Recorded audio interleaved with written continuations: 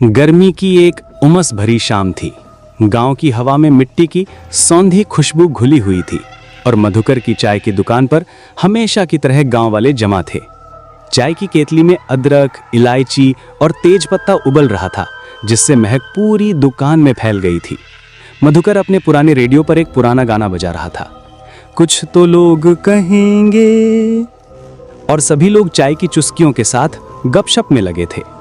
बनवारी ने चाय का कप उठाते हुए कहा, अरे मधुकर, आज चाय में कुछ जादू डाल दे, गर्मी ने तो जान निकाल दी है। मधुकर मुस्कुराया, काका, मेरी चाय में तो हमेशा जादू होता है, बस थोड़ा इंतजार करो, स्पेशल बना रहा हूं। तभी नरेश और उसका दोस्त हरिशंकर दुकान पर आए। अरे मधुकर भैया, आज कुछ खास है क्या? दिन भर खेत में लगे हैं, हड्डियां जवाब दे गई। मधुकर हंसा, खास तो मेरी चाय ही है, लेकिन अगर कुछ अलग सुनना है तो डरावनी कहानी सुना देता हूं। हरिशंकर बोला, हाँ भैया, आज कुछ डरावनी कहानी हो जाए, मजा आएगा। बनवारी बोले, अरे वो तो प्रोफेसर साहब के पास भरी पड़ी हैं, वही सुनाएं कुछ। दुकान के कोने में बैठे रिटायर्ड मास्टर, जिनका असली नाम श्रीधर था, चाय की चुस्की लेते हुए मुस्कुराए। अच्छा, तुम लोग डरावनी कहानी सुनना चाहते हो, सुनाऊंगा, लेकिन सुनने के बाद रात को हवेली की तरफ मुंह मत करना। सब हंस दिए। अरे मास्टर जी, अब डराइए मत, जल्दी सुनाइए क्या हुआ था। श्रीधर जी ने गहरी सांस ली और बोलना शुरू किया। ये बात तब की है जब मैं इस गांव में नया नया आया था, जवान था और गांव के स्कूल में पढ़ाता था। गांव के बाहर जो पुरानी जमींदार की हवेली है ना, उसी के बारे में सुना था बहुत कुछ, कि वो शापित है। कोई कहता रात को वहां औरत की चीख सुनाई देती है, कोई कहता सफेद साड़ी में साया घूमता है। मेरा दोस्त शैलेश था, गांव का ही लड़का, बड़ा निडर। वो इन सब बातों पे हंसता था। एक रात हम दोनों गांव के मेले से लौट रहे थे। रात का करीब 1 बज रहा था।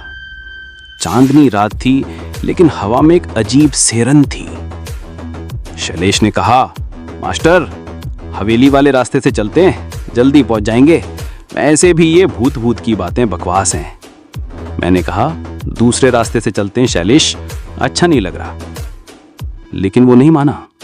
जबरन मुझे लेकर हवेली के गेट तक आ गया। लोहे का पुराना गेट खुला हुआ था, जबकि वो हमेशा बंद रहता था। मुझे अजीब लगा। मैंने कहा, शैलेश, कुछ ठीक नहीं लग रहा, वापस चलते हैं। वो हंसते हुए बोला, डरपोक मत बन, चल अंदर देख आते हैं। वो अंदर चला गया। मैं बाहर ही खड़ा था।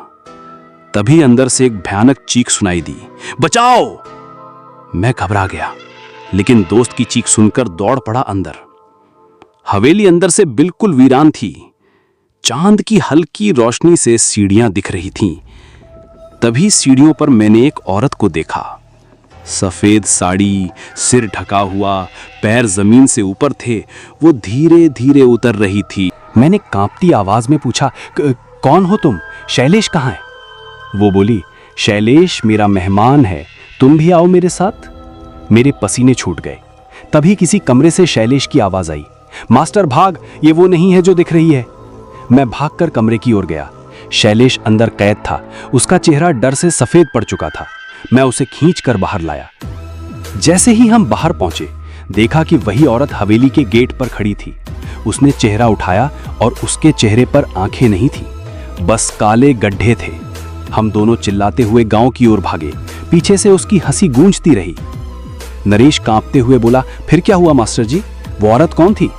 श्रीधर जी बोले, अगले दिन मैंने गांव के बुजुर्गों से पूछा। उन्होंने बताया, वो हवेली जमींदार रघुपति सिंह की थी। उसकी पत्नी मालती को उसने धोखा दिया था।